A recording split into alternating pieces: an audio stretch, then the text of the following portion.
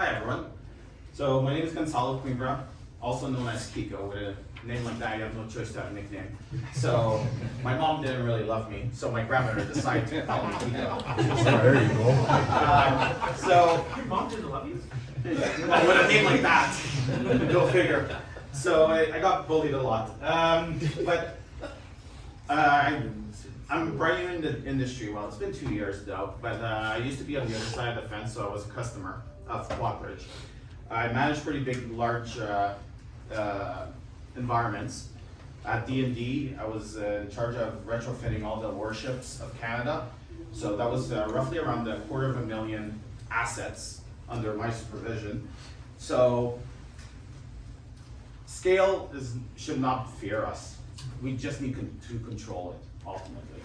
So IT asset management, I'll go through it and I'll give you some of my experiences, and I'd like to hear some of your experiences and maybe pinpoints, and let's make it a more collaborative session.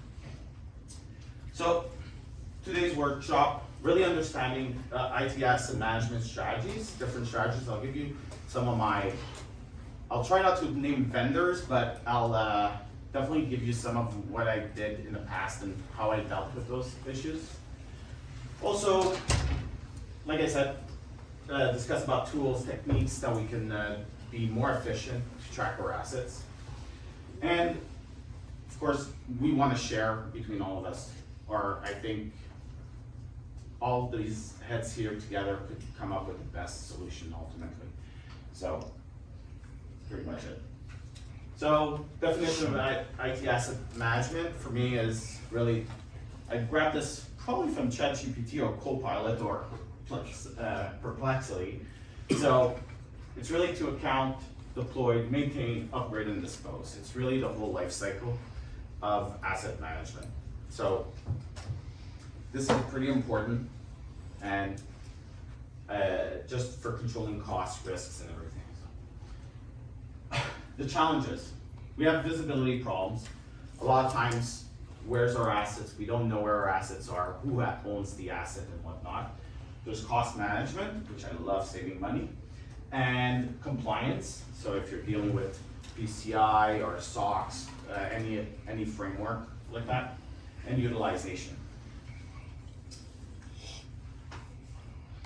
So these are really the 5 focuses that we will work on this framework through. So visibility. So visibility is something really important. So what's really important, what we want to do is making sure we know where all our assets are at all times. And this could be utilizing a couple of different strategies. So for example, I can tell you at Saputo, I also worked at Saputo. At Saputo, we were tracking our trucks, or milk trucks, using IoT devices.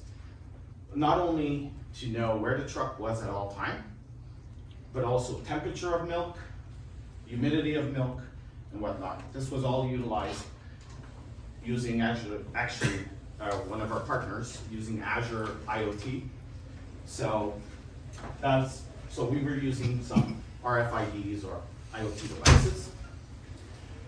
More and more to make, I do know quite a bit, people just put the classic asset tags on it, which are kind of boring, and yeah, you have the scan gun, but they're starting to be a bit more slow to do. Sorry, I'm a bit nervous. I don't tend to speak in front of large people, so one-on-one I'm okay. But what you could do, there's also some little asset tags that are RFID, which makes it a lot quicker. You can just grab your phone. They integrate very well with large IT asset management systems like a ServiceNow or whatnot, or Remedy or anything. So those are really handy. And of course, within the visibility, you have like some patch management that you can really making sure that your security to a certain extent, to be able to know where you are in your life cycle and with your software. So I'm just wondering, does anybody, I'm assuming, this is my assumption, probably most of the people here, biggest challenge is probably this point here. Right? Yep. How do you deal with it today? Anybody in the room? Lots of emails. Lots of emails? Lots of spreadsheets. Yeah, spreadsheets. Spreadsheets. Excel spreadsheets. Spreadsheets are a great tool. I love Excel. I can build a rocket ship, I'm pretty sure, with Excel. But the automation, and there's some pretty cost-efficient tools out there to do a bit of automation. You can use some agentless scanners that could really scan everything, at least know what type of asset. You do pay for what you get to a certain extent, but just knowing visibility, knowing, understanding what assets, and when I say assets, it could be a hardware asset, it could be a software asset, it could be anything. Knowing what type of software is a huge, huge advantage. What is installed in that machine, especially on a security point of view. You want to make sure that you know what software is installed on each of your users' machines. That is always a vector of attack due to patch management and whatnot. So knowing that something got installed that shouldn't have been installed as a baseline also improves your security posture, not only your asset management. So cost. Can I just ask Yes, a go ahead. quick question? What gaps do you see in visibility? So I heard spreadsheets, like what's your biggest challenge as it relates to visibility? Do you, you know, maybe just anybody have any comments on that? What's the biggest challenge? Not having current or live data. Okay, so not having current or live data. What else? COVID just kind of threw a wrench in everything. The ability, the visibility, to see what's actually out there, because it was just a lot of, I need to work from home, but nothing's being tracked, and that was one of our big problems too, so. Yeah, it's deciding on what should be tagged. Yeah. Just computers, accessories as well, monitors. Yeah, that's quite interesting. I mean, that's really a finance, more of where we're tracking and logistics and whatnot. Exactly. Monitors, I mean, I also run the zero touch guys at Quadbridge, and most of our customers don't ship back the monitors. Like, it's just too pricey these days. So it's a write-off, and that's what they really do. But yeah, you're totally right. Like, what do we? I do believe you need to inventory everything though, even though you don't track it. Like, for example, you do inventory, you should inventory a mouse.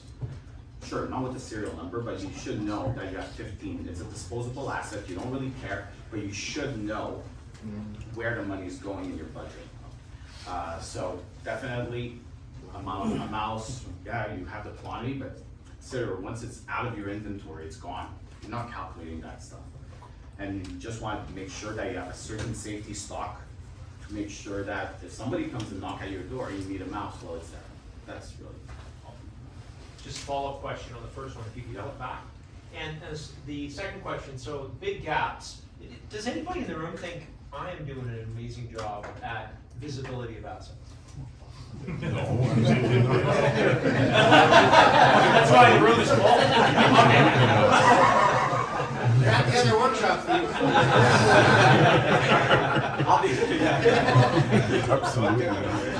I'll be honest, there's always room for improvement. You'll never succeed 100%. You'll always get to the 11th hour and go, oh man, I never thought about this. And of course, it's when it smashes in your face and you're like, damn, I really need that number. So it's a continuous improvement, and I'll be honest, there's people that make careers out of this, like CMDB administrators, like they do this. So cost management, my favorite. I always said, I never sold anything except now. I always said, I prefer saving a company $1 than selling $1. One of them's taxed, the other one's not.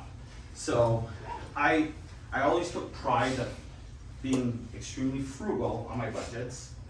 And I can give you guys a couple of my strategies I did. So if you know your terms, where you're going, on, let's say contracts, support contracts or whatnot. And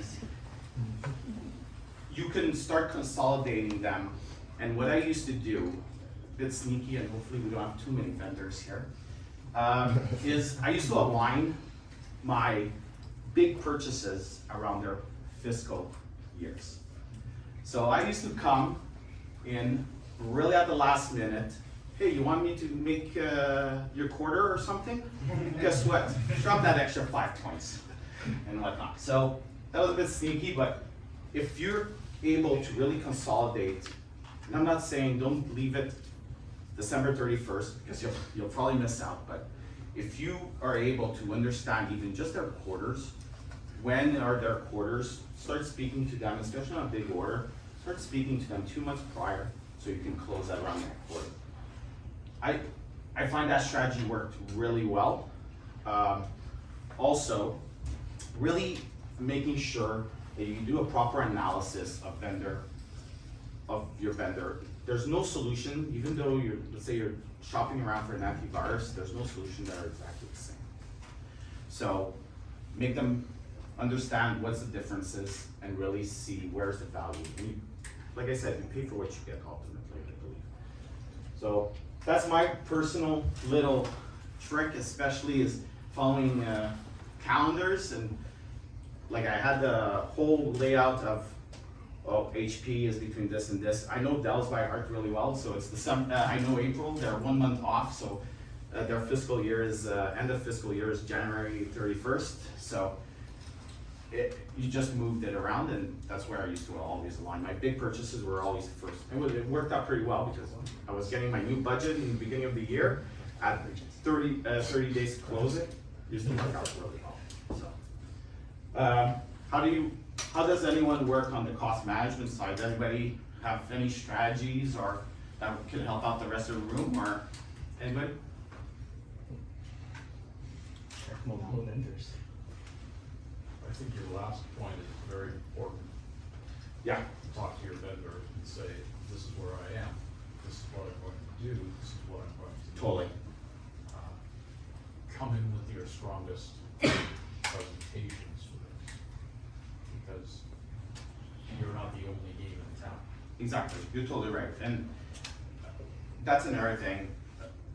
Here at QBITS, we do have the bring facility to bring us towards engaging our vendors very easily. We are not shy to bring them in and working in conjunction with our vendors. That was something, I mean, I had a pretty hefty budget on multiple places I worked, and QBITS, I've been doing business with QBITS. Now I work with QBITS prior since 2008, and that was something I liked a great deal compared to other resellers, was that QBITS really is not scared or intimidated. Bring the vendor, bring the best. Like if I'm talking about storage for Dell, you know what, they bring me that SC to really show me and make me understand why I should go with them, and or with HPE, or doesn't really matter. So that's really what I think you're totally right. Like vendor and tightness, and it's really a three-way partnership I really see, and if you start showing more and more of interest and they know your face, definitely it brings some value. Totally right. Okay, but how about like bulk purchasing? Is that something that, Yeah. if you know you're gonna hire 100 people throughout the year, do a bulk purchase at the start of the year, whether you warehouse those units yourself or through a partner like QBITS? Correct. I mean, bulk purchasing obviously does, thanks to Mark, by the way. Bulk purchasing does help a great deal also. I mean, first of all, you have a lot more buying power, right? You're not buying onesies and twosies, so you definitely have a lot more buying power. And sometimes there is a problem, like you were saying, oh, we don't have anywhere to store it. Well, that QBITS could help you with that.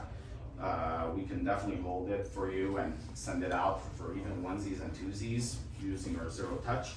But the bulk purchasing is definitely something that if you consolidate everything, sorry, Chris.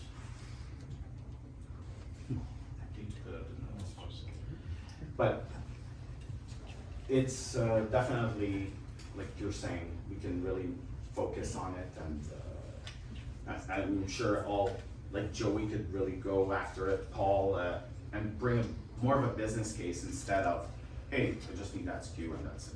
We're leveraging a project, not just like a Exactly. simple SKU.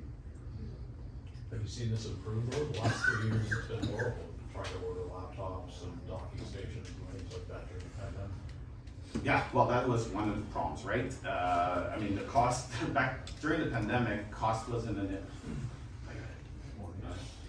during the pandemic, cost wasn't your number one worry.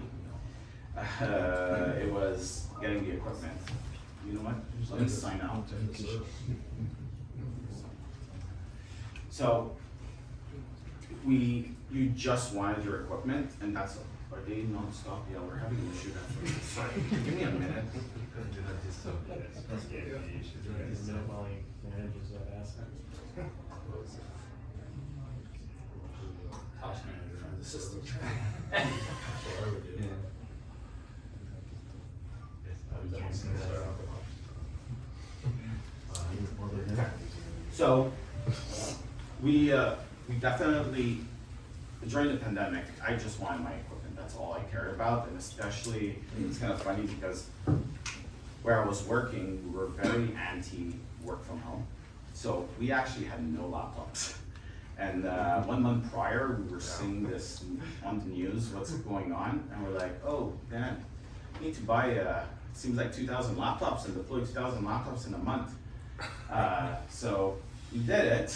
Wasn't the greatest deployment, but we did it. But we also used some VDI technology to help us with that. But that was definitely, you're totally right. Like, it really depends, and even just being able to sit local and like, even if you don't buy in one lump sum, I'm sure like, or we can work on a business case and say, you know what, we're committing to 500 devices within the year. Let's make a negotiated deal. I'm sure that could work. Sorry, can I just ask a question Yes. on cost management? So on the costs, maintenance costs, how do you track maintenance costs on your devices, or do you? I don't. Got a 3-year warranty. That's it, it has a warranty. It's like, I like if I say you need the inventory of mice, I disagree. $30, I'd take somebody $30 an hour, was. No, I'm not saying you're, I need to know I have 30 mice in my inventory. I don't care, but whenever someone comes and get one, I need to know am I running out of mice? So that's logistics though. Well, it's still inventory. I'm still inventorying Sure.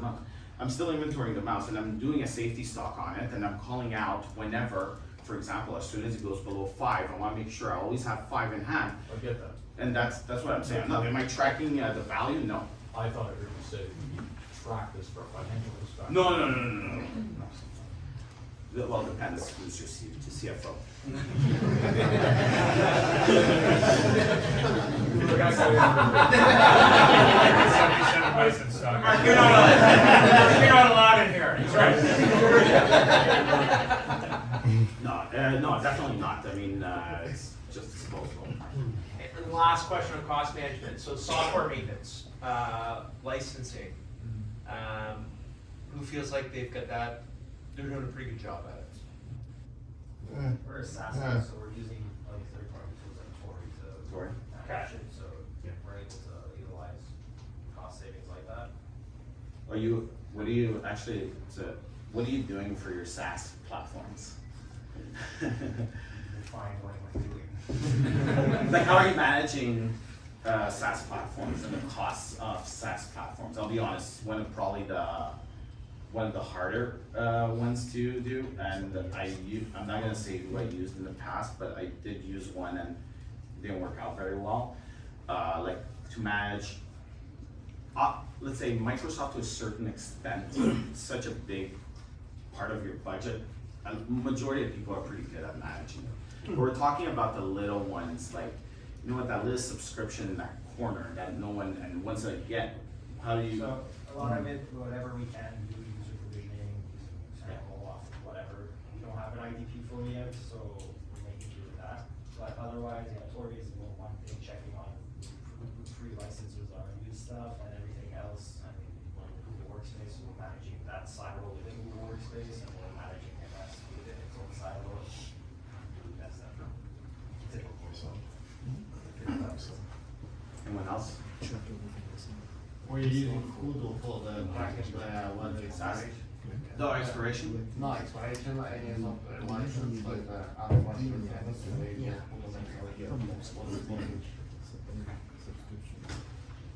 Well, the meditation classes, I didn't listen, don't forget it. How do you manage, not license allocation, but utilization? So, there's multiple tools, I mean,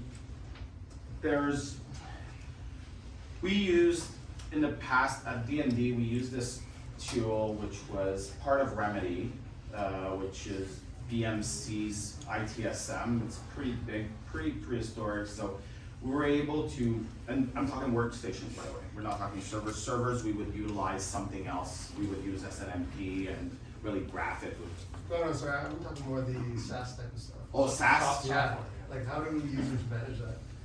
So, I think, gentleman left, I think utilizing SSO would intercept a lot of stuff.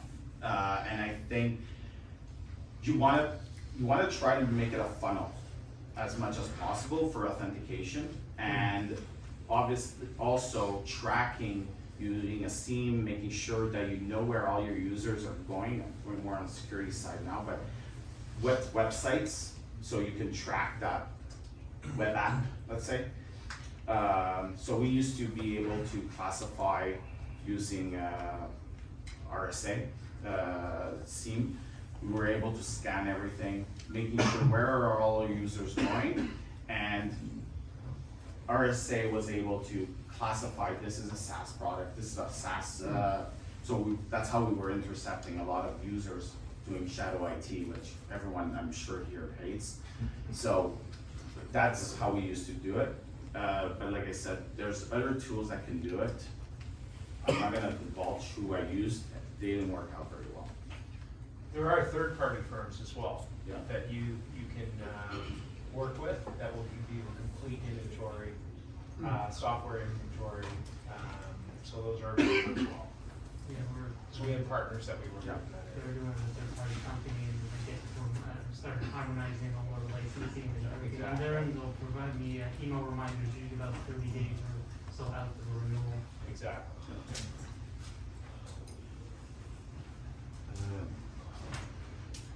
So utilization, sorry, I thought that's what you were talking about, so utilization.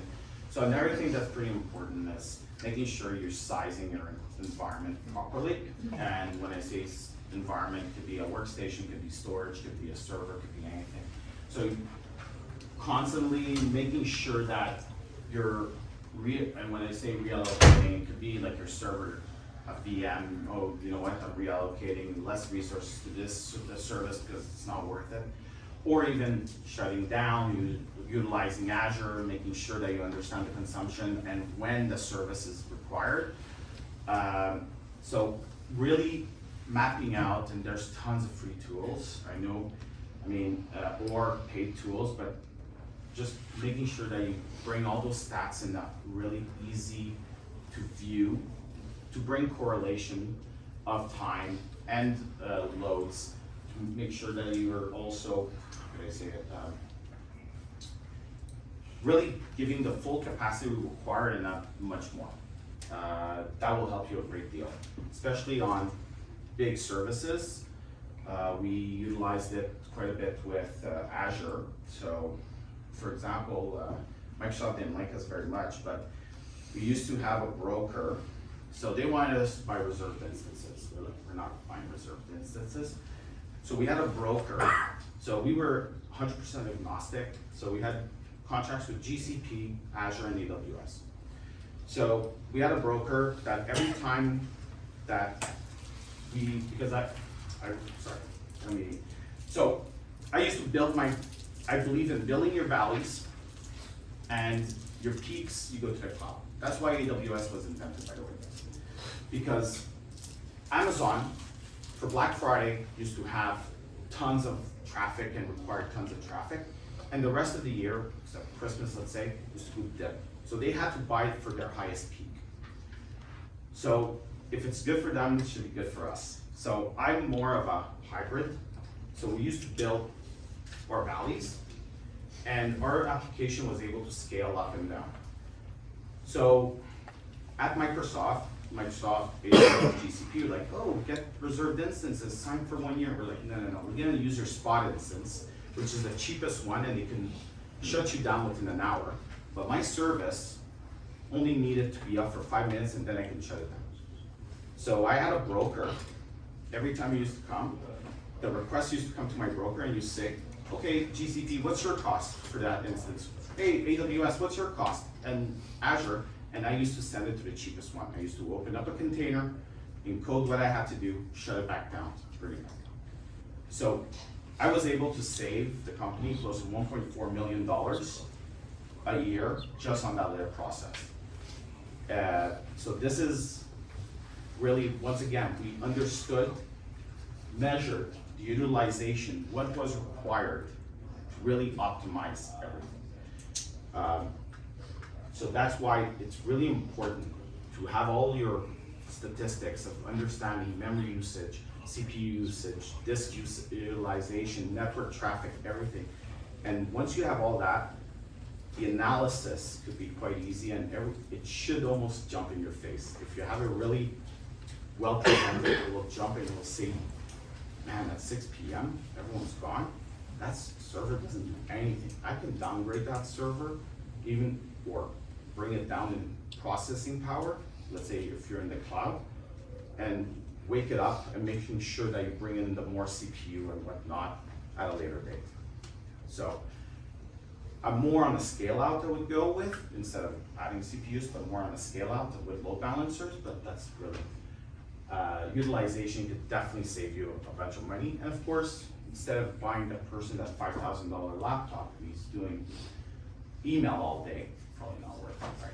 So, does anybody have any example about how you optimize your utilization and a performance utilization or any other utilization? I think, like you said, compartmentalizing the different needs within your business as much as possible and getting the right assets is a good place to start. We're starting to do that a little bit, and yeah, like you said, you don't need, a supercomputer for certain groups, but finance might need something a bit more powerful. Ops might need something less, or desktop. So I think having it gives your spread a bit differently, so you have more assets that you different types sometimes. But you're right sizing for what you have, and you're optimizing that spend, so you're not under where you need it or over where you don't. You're kind of at a good sweet spot. So I have a question for our CFO in the room. So Mark, when you look at utilization and the cost of software assets and inventorying what an organization or what your organization has for software assets, how does your mind work? What are you looking for? What sort of exercise would you like to see the IT team do to ensure that they're optimizing that spend?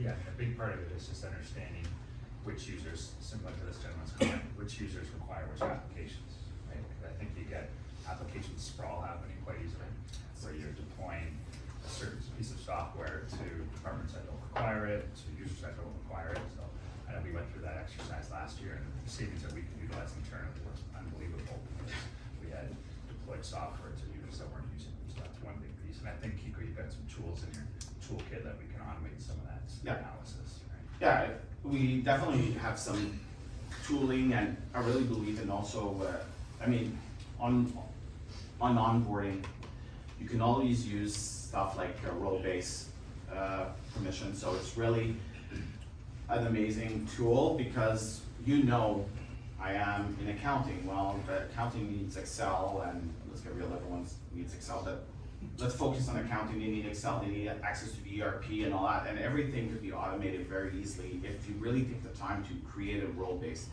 There's also multiple advantages of a role-based, because if you jump from department to department, and let's say in a larger enterprise, you end up gathering a bunch of permissions constantly, and all of a sudden, you are in finance, in legal, and everything. Let's say if you do jump around, it's pretty crazy how much permissions and applications you end up gathering. So definitely a yearly audit is required to making sure. There's also software that does software metering. So it calculates how long your application's open. For example, Visio, one of my favorite tools, by the way. And I definitely use Visio. So, but there's people, oh, I need Visio. And they open it up once a year. Like, why? You know? Turn it off and you wait for them to scream. Yeah. So that's literally what there's software metering. It's part of Microsoft. Microsoft with Intune actually could do software metering if you want.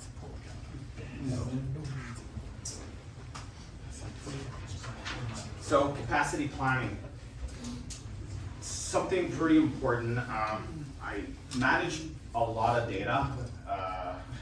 I was in north of 150 petabytes of data. So for me, capacity planning was very important. Not being caught and understanding where I will be in 3 years without major acquisitions was always a fun part.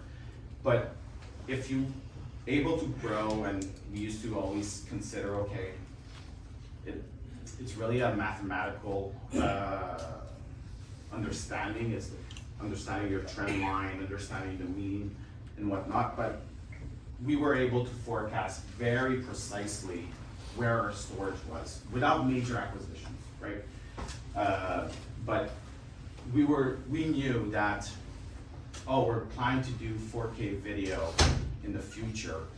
So we knew, okay, that's a bump of 20%. So the whole, whenever I rarely outgrew my solution within the warranty period. And that's something myself and my team took a lot of pride. So we were buying exactly what we needed without major hardware. Oh, you know what, I bought 3-year warranty, this thing's not even good enough after 2 years. That's major, you lost 33% of your investment. So really understanding your capacity planning, where you're gonna be going in the future is really important. I was lucky enough to have some data analytic people, pretty strong mathematicians, statisticians to help me with this, but definitely something really helps you to plan growth and buy the proper solution today. So if you're thinking, oh, you know what, you're gonna need 100 terabytes and that's it, I think you need to watch out because it might cost you a lot more than that 100 terabytes because you might have to throw it away within 2 years. So that's another thing that's pretty important. I'm wondering, does anybody have any strategies for capacity planning within the room or that wants to share?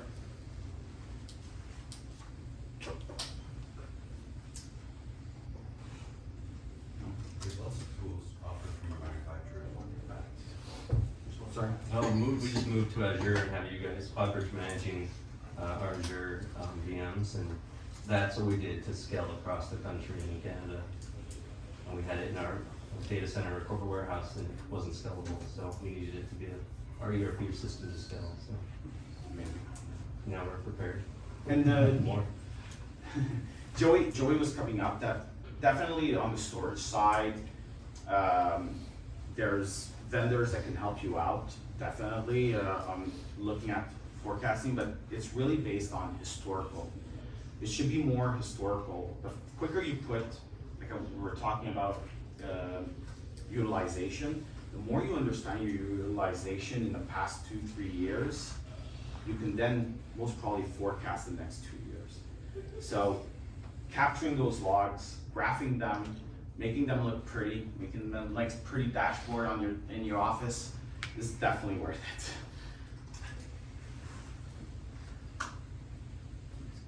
Refresh cycles. With the remote Yeah.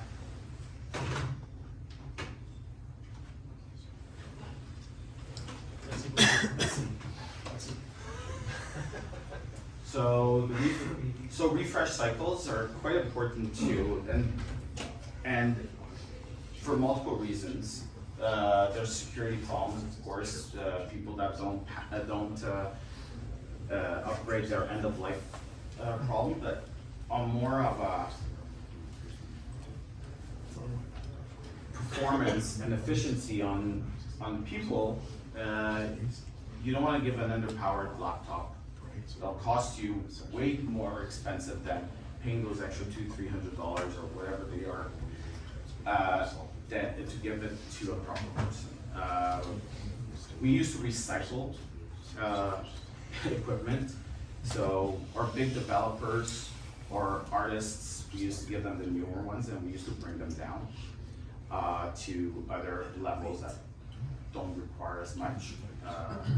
So that's something we used to do to save some money, really, and extend the life.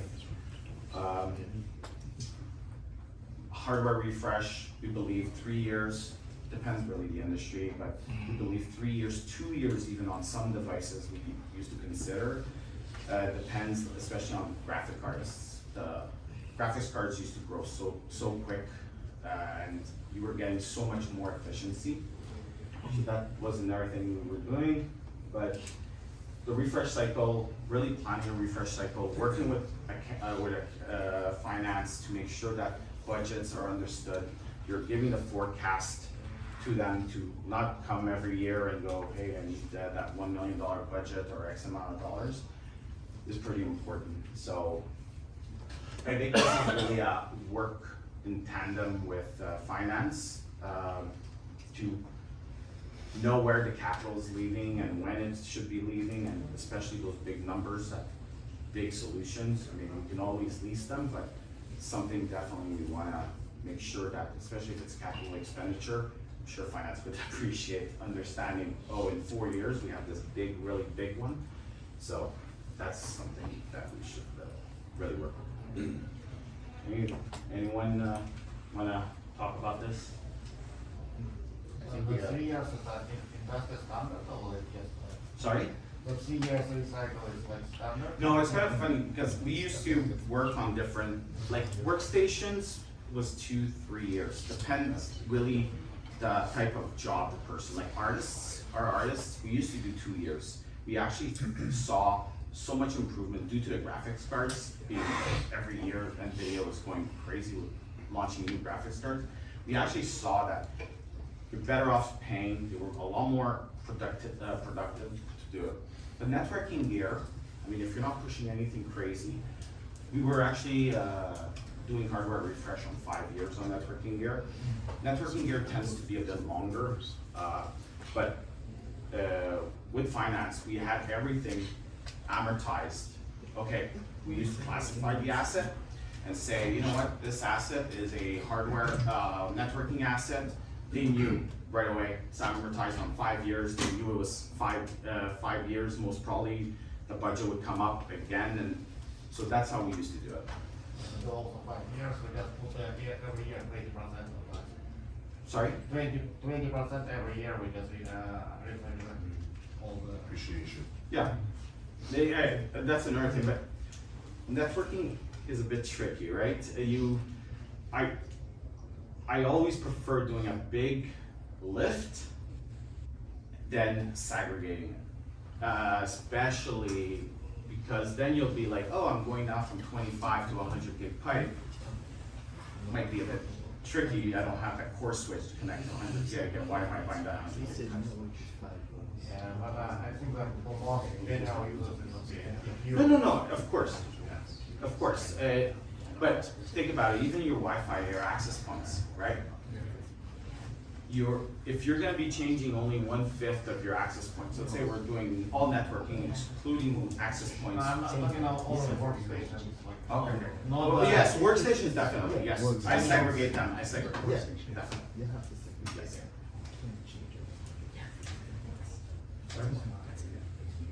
No.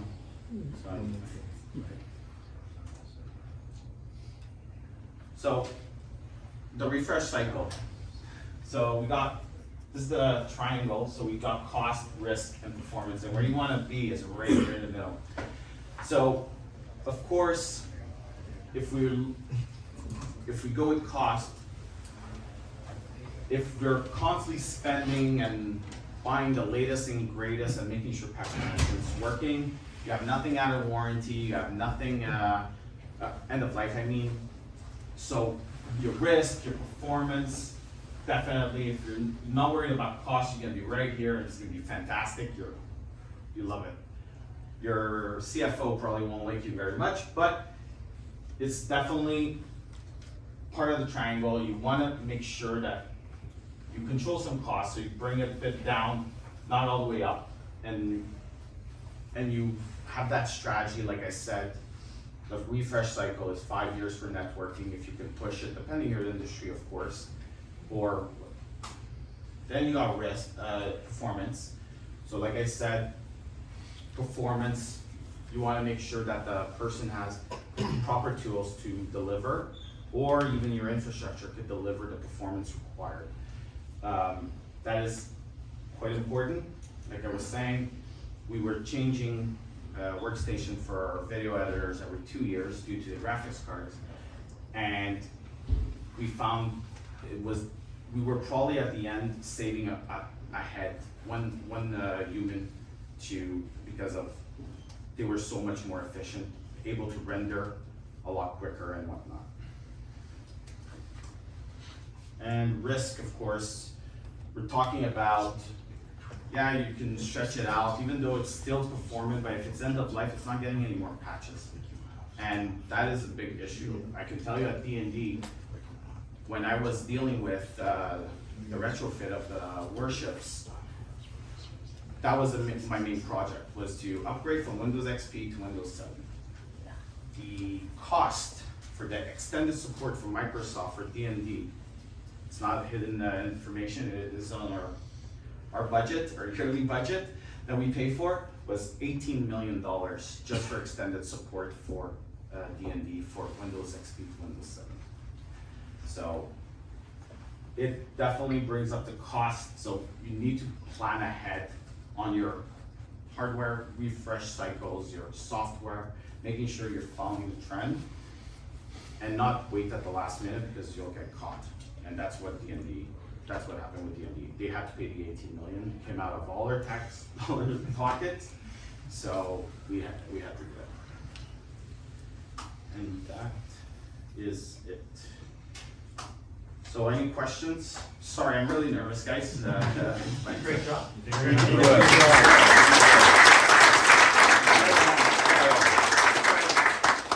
you want to pick my brain one-on-one, I won't be nervous, I won't be sweaty. No problem, just not very good in large crowds. Anybody? When's Quabridge's fiscal? Every single month. And we're not public. Right. That is funny. To be honest, it's usually the manufacturer programs that they can discount the much. We have a little bit of room, but the manufacturers are the ones that can drop 10, 20, 30%, right? No, definitely. So create us a cheat sheet then. We had it, I will put that together. And Okay, sounds good. The sales reps mostly know, but I can publish that again. We did publish it at One QBITS last year. So like Cisco is July, Nutanix is July, Dell is January, HPE is off the top of my head. I'm being serious, guys. Yeah. It's a really good strategy. Believe me, it really works well. And it's not even just fiscal year end, just No, quarters, right? quarters. Like, cause they're all public companies for Yeah. the most part, it's just the quarter end push, so if you know how the quarters line up, yeah, you can. And you can Google it too, it's Yeah. I mean, it's public information, right? Yeah, just the last point as we're wrapping up here. If you look at the cost management specifically, James, I don't know if you have any just comments on that specifically, best practices based on all the organizations you work on, managing renewals and subscriptions and all that, from a tracking perspective. So we're gonna always advise you guys, if you buy something from us, we're always gonna advise you guys when it's due. We usually try to give you a 90 days head up and look for cross-sell or upsell opportunities, like making sure you're using the right product and stuff like that. But your sales reps have a dashboard internally. We're working on an external version we talked about. in this, conference, but we're always gonna advise you of your, renewals. In terms of cost savings, I mean, I've talked to you guys at a few of the, different QBITS, and most people don't renew hardware endpoints. No. Hang on to them and then refresh them when they die. But definitely for like server and storage, I mean, the sales team might not like this, but buy the 5-year warranty, plan a little ahead, maybe do a 5-year lease with a 5-year warranty, and you can assure yourself those costs, because most manufacturers, when your warranty is due in the 3rd year, is there any manufacturers in here? They'll jack you on the price for the 4-year and the 5-year, right? I think most of you are aware of this, so that's probably the best practice I would. Yeah, definitely. give you all. No, sorry. You go third party then. Yeah, you need to watch out. I agree, but It's great third except party, for firmware. third party will not give you access to firmware. Yeah. On the risk side as well, if you miss the deadline to renew your warranty on the data center part, you're gonna pay a big penalty to Yes. have that reactivated. Yeah. So, once again, forecasting is really important. The utilization, understanding where you're gonna be and planning ahead will save you tons of money all the time. You know, whenever you coming desperate, they know you're desperate. It's not you wanna give all the advantages to yourselves, ultimately. And you know what, the more you save, the more you can do, the more we can invest on other projects. I'm not saying you can either keep it in the bank if you're a good CFO, or if you're a technologist, you have other projects that you wanna deliver, you can do more with less. Thank you, everyone.